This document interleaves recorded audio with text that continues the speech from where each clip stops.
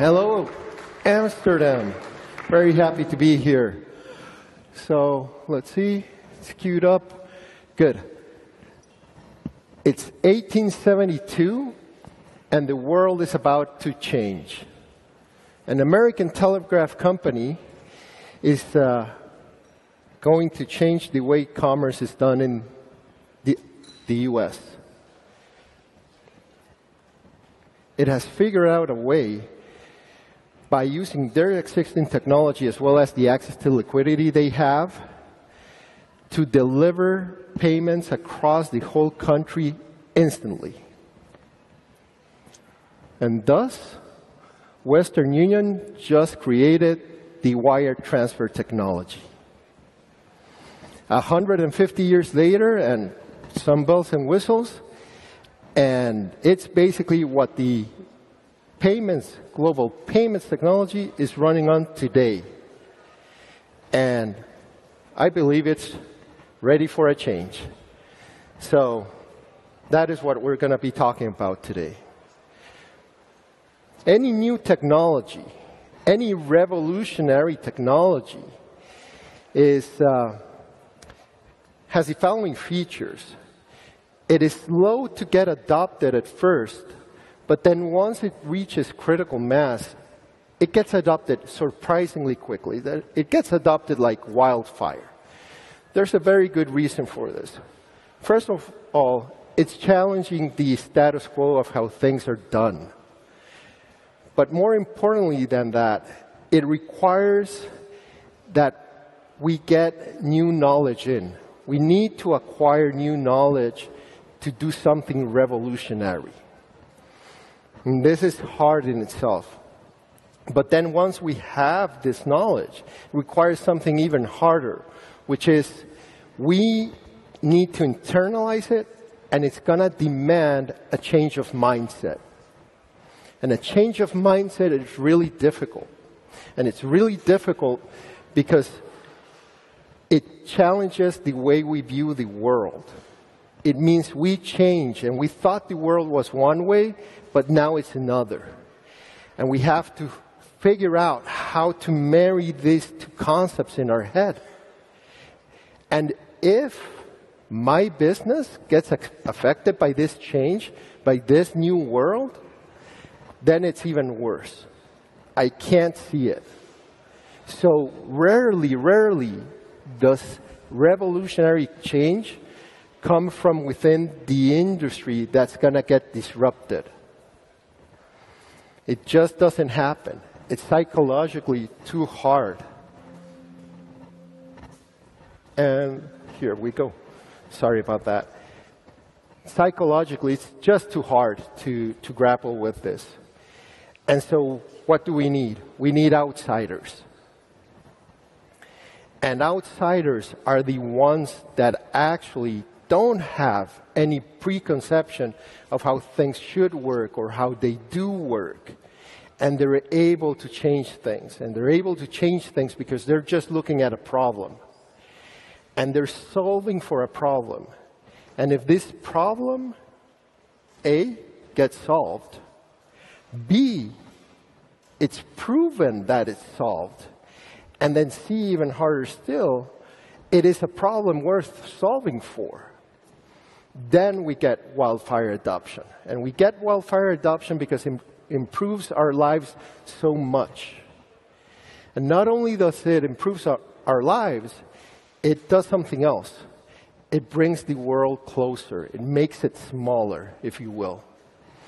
And so some of these examples we can see throughout history. And this is the first example I chose, the Industrial Revolution with the steel mill. And that is some of the quotes that you could hear during those days, right? Machines will degrade the quality of our goods and erode the value of human craftsmanship. You know, there's a resistance against the technology. And yeah, you know, probably the quality of goods wasn't as good as the best tailor of the time, if we're talking about clothes. But it democratized clothes for everybody. And instead of eroding the value of human craftsmanship became a premium product. Not only that, the same technology that was used for the mills was used to create the steamboats. And this made our world smaller. It connected us. Second example, telephone. And here we see Western Union again. Only this side on the other side. This telephone has too many shortcomings to be seriously considered as a means of communication. The device is inherently of no value to us.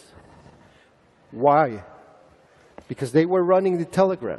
It challenged their business. It's difficult to accept change when it challenges your livelihood. Luckily for Western Union, they had set up this wire transfer mechanism, and we see them alive today. And finally, we get this gem with regards to the internet. By 2005 or so, it will become clear that the internet's impact on the economy has been no greater than the fax machines. Paul Krugman. Now, is he just dumb? Probably not. I'm going to guess not. I'm going to give the benefit of the doubt. But what's happening? His world was changing, and he didn't know it.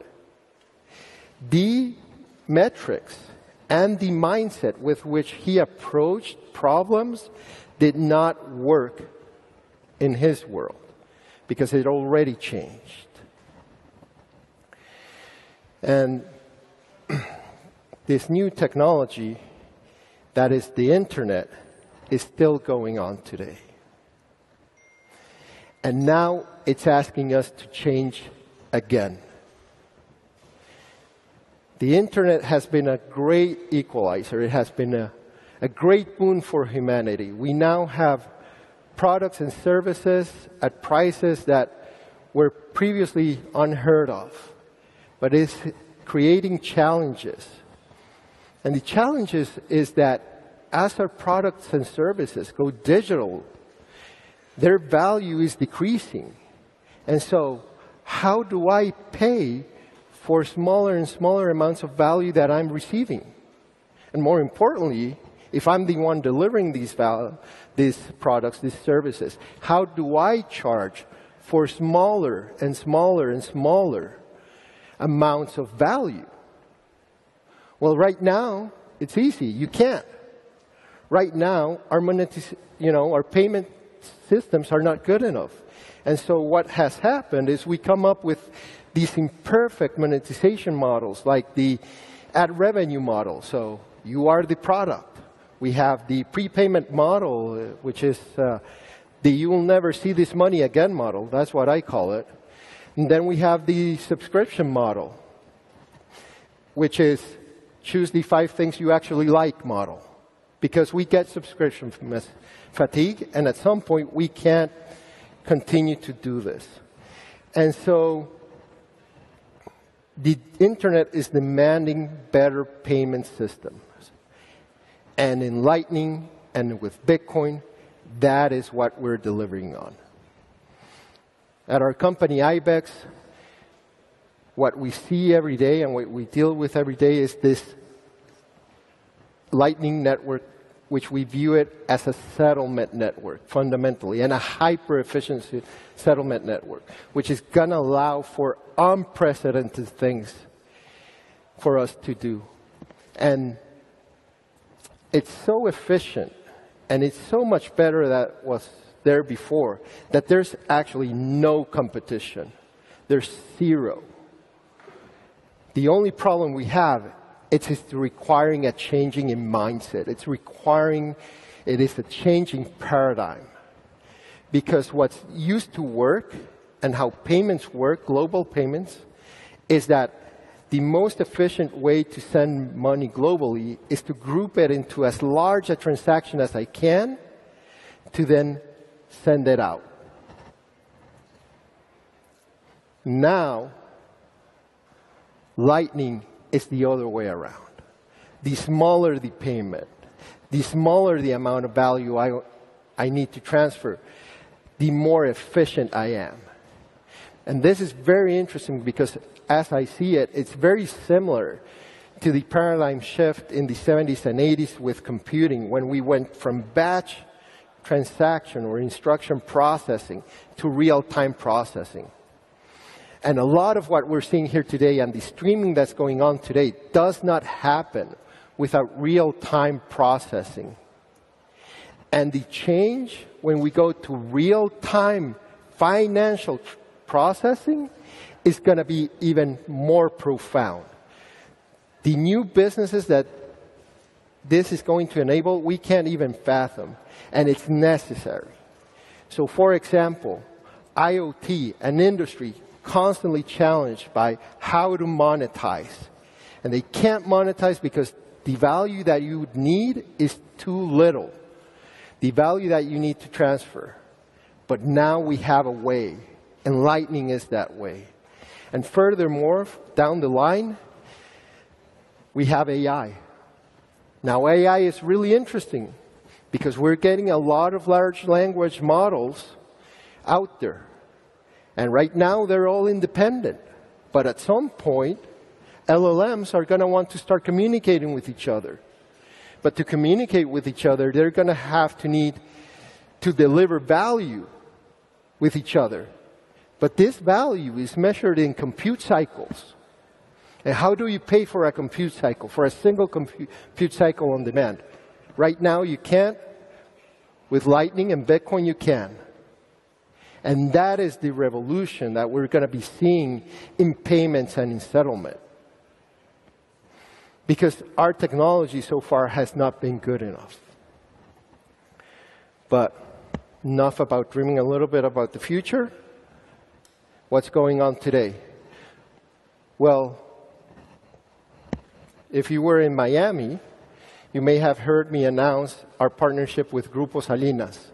And at first, we basically gave them the functionality for Lightning, and they got integrated into their Total Play product, which is their internet and cable service.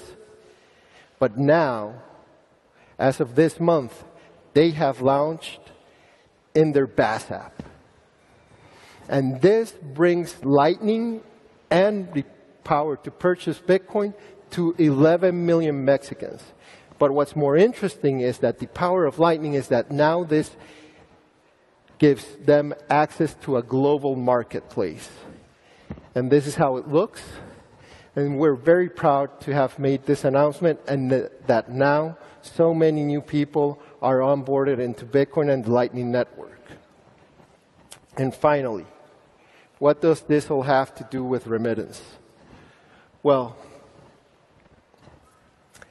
I argue the real revolution is that we're not going to be talking about remittances because everything is going to be payments. There's going to be no distinction on the type of value transfer between a remittance and just a payment, or a payment between machines and humans, human to human, machine to machine. There's one thing here that we're solving for, and that is the instant value, the instant transfer of value globally at any scale. And so, thank you very much for your time. I hope you enjoyed the talk, and see you soon. Thank you, Miami, for the last 3 years in this amazing city. The whole world shut down, but Miami welcomed us with open arms. We want to show Bitcoin to the whole world. We are taking the conference on the road to set the stage for Bitcoin in a new city.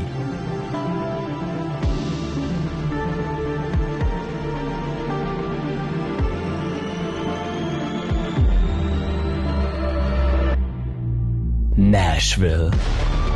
Bitcoin 2024 is coming to Nashville in Tennessee, a city that is known as a music and freedom city. Bitcoin 2024 in Nashville from July 25th to 27th.